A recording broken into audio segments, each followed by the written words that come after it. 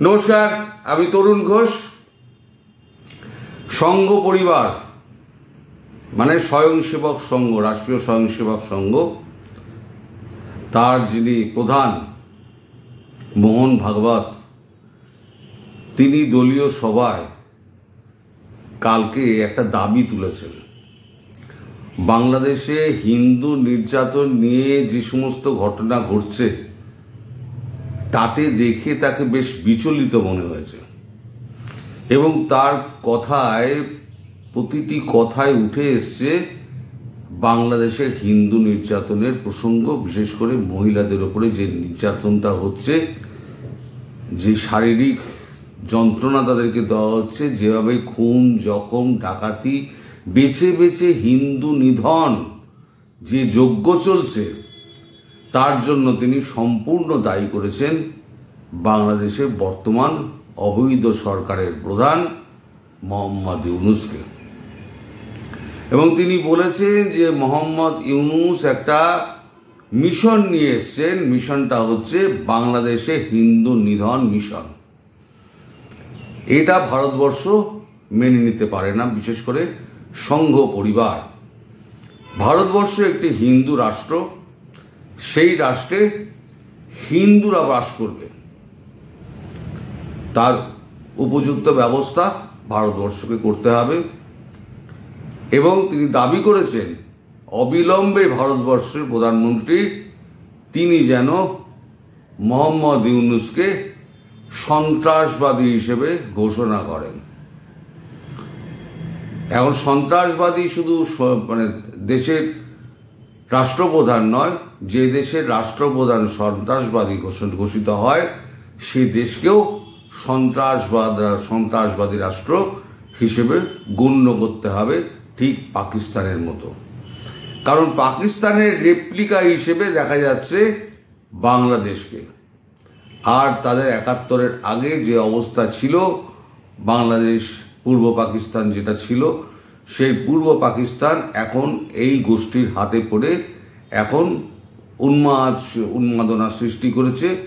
অন্যান্য সংখ্যালঘুরাও নির্যাতিত, কিন্তু বেশিরভাগ বেছে বেছে হিন্দু মহিলাদের ওপরে, সে ৩ বছরের মেয়ে থেকে ৭০ বছরের বৃদ্ধা পর্যন্ত কেউ এদের হাত থেকে রেহাই পাচ্ছে না।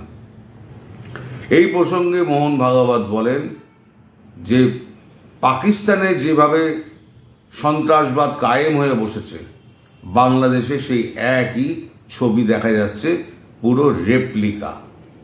পাকিস্তান এবং বাংলাদেশ, এখন আর বাংলাদেশ নেই, এখন এটা পূর্ব পাকিস্তান হয়ে গিয়েছে।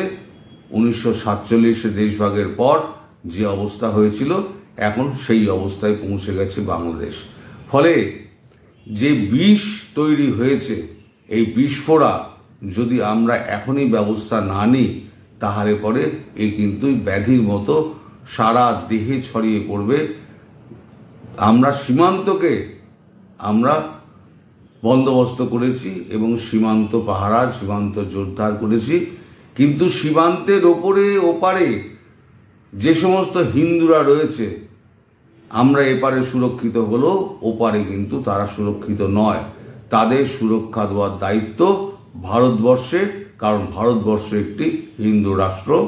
আমি অবিলম্বে দাবি তুলছি, মানে মোহন ভাগবত যেটা দাবি করেছেন, অবিলম্বে এই মানে ভারতবর্ষ যেন বাংলাদেশ সম্পর্কে একটা কড়া সিদ্ধান্ত নেয় এবং ওখান থেকে সমস্ত হিন্দু যারা রয়েছেন, যারা আসতে চান, যারা নির্যাতিত, তাদেরকে উদ্ধার করে আনার ব্যাপারে ভারতবর্ষ একটা কড়া পদক্ষেপ নিন, এবং সেটা খুব সত্তর। এবং বাংলাদেশ যদি অস্থির থাকে, তাহলে ভারতবর্ষ কিন্তু অস্থির হবে, এটা তিনি বারবার মনে করিয়ে দিয়েছেন। সুতরাং বাংলাদেশকে শান্ত রাখার ব্যাপারে, বাংলাদেশকে আয়ত্তে রাখার ব্যাপারে যে যে পদক্ষেপগুলো নেওয়া দরকার, ভারতবর্ষ সেই পদক্ষেপগুলো নিক। কিন্তু বাংলাদেশি যে সমস্ত হিন্দু মা বোনেরা আছে, সেই হিন্দু মা বোনেদের সেফ করিডোর দিয়ে ভারতবর্ষে নিয়ে আসার ব্যবস্থা করুক ভারতবর্ষের সরকার। এর জন্য বিশেষ করিডোর তৈরি করে ভারতবর্ষে জায়গার অভাব নেই, ভারতবর্ষের টাকার অভাব নেই, ভারতবর্ষের খাদ্যের অভাব নেই, ভারতবর্ষের কর্মসংস্থানের অভাব নেই। তাদেরকে এখানে ঢুকিয়ে এনে তাদেরকে নিরাপদে রেখে তাদেরকে সমস্ত ব্যবস্থা করুক। আর এখান থেকে যে সমস্ত অবৈধ বাংলাদেশি আছে তাদেরকে এখান থেকে যেমন ডিপোর্ট করা হচ্ছে, তেমন আমাদের ওখান থেকে হিন্দুদের ওখান থেকে তুলে নিয়ে এসে ভারতবর্ষে স্থায়ী নাগরিকত্ব দেওয়ার দাবি তিনি তুলেছেন। এবং তিনি বলেছেন খুব শিগগিরই আমি এই ব্যাপারটা নিয়ে প্রধানমন্ত্রীর সঙ্গে কথা বলবো। আমার এই কথা নিশ্চয়ই তার কানে যাবে।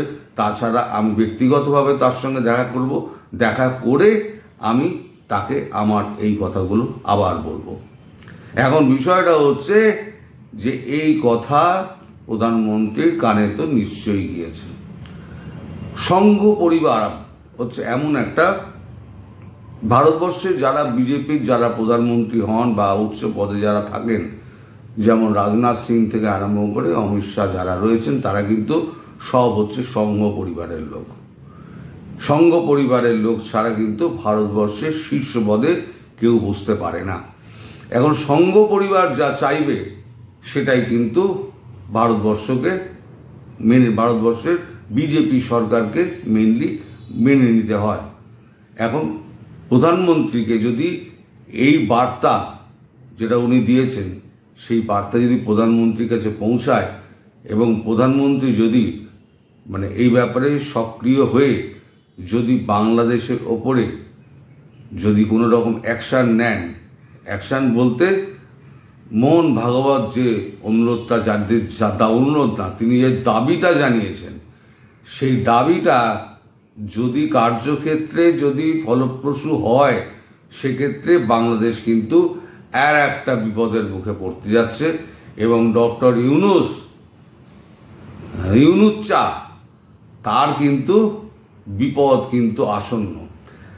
তাকে কিন্তু ওই ওসামা বিন লাদেন, তারপর পাকিস্তানের যে সমস্ত সন্ত্রাসবাদী আছে তাদের সঙ্গে কিন্তু এক জায়গায় বসিয়ে দেবে। এবং ভারতবর্ষের একটা নতুন নীতি কি হয়েছে, যে সন্ত্রাসবাদের বিপক্ষে যারা সন্ত্রাসবাদ প্রশ্রয় দেবে, যারা সন্ত্রাসবাদী কার্যক্রম করবে, সে আমার সামনে পেছনে ডাইনে বাঁয়ে যেখানেই হোক না কেন, আমি তাকে এক টপওয়ার ঘোষণা করব।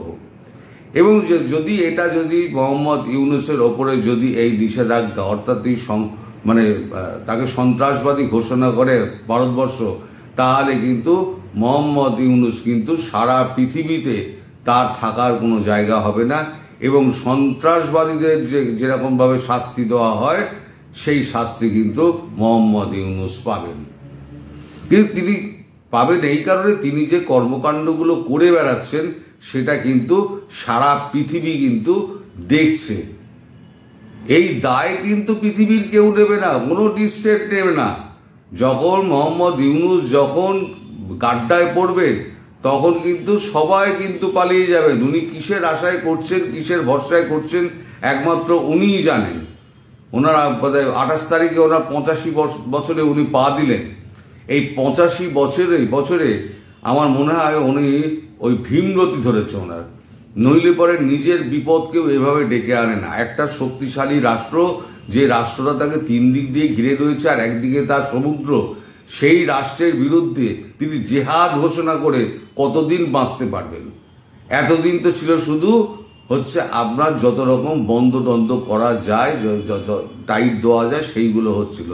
কিন্তু সন্ত্রাসবাদী রাষ্ট্র এবং ইউনুসকে যদি সন্ত্রাসবাদীদের মাথা বলে, সন্ত্রাসবাদী বলে দেখে দেওয়া হয়, তাহলে ইউনুস কিন্তু সারা বিশ্বে কোথাও জায়গা পাবেন না। তিনি একদম ওসামা বিন লাদেনের মতো তিনি একেবারে তকমা পেয়ে গেলেন, তিনি সন্ত্রাসবাদী। এই ডক্টর ইউনুসের কপালে কিন্তু অনেক দুঃখ আছে। আমি বলেছি বারবার, আমার কথা হয়তো অনেকে অবিশ্বাস করেন, কিন্তু দেখবেন এই ভারতবর্ষ ইউনুসকে কোন জায়গায় ঠেলে নিয়ে যায়। খুব প্ল্যানফুলি ভারতবর্ষ এগোচ্ছে, খুব প্ল্যানফুলি। এখন যে প্রথমে যদি খাদ্যগুলো বন্ধ করে দিল, এবার বিদ্যুৎটা বন্ধ করবে। এইবার যদি সন্ত্রাসবাদী রাষ্ট্র হিসেবে ঘোষণা হয়ে যায়, তাহলে পরে অ্যাক্ট অফ ওয়ার জারি হয়ে যাবে। অ্যাক্ট অফ ওয়ার হলে যুদ্ধ বাধাতে কোনো রকম অসুবিধে হবে না। তার আগে যদি এই নির্যাতিত হিন্দু মা বোনেরা যারা এপারে আসতে চান তাদের জন্য নিশ্চয়ই ভারতবর্ষ একটা ব্যবস্থা করবে বলে আমি বিশ্বাস করি। কারণ সংঘ পরিবারের কর্তা তিনি যখন মোহন ভাগবত বলেছেন তখন নিশ্চয়ই প্রধানমন্ত্রী এই দিকে একটু নজর দেবেন। এখন কি হয় সেটা দেখার বিষয়। আপনারা সবাই ভালো থাকবেন, সুস্থ থাকবেন, সর্বোপরি সাবধানে থাকবেন। নমস্কার।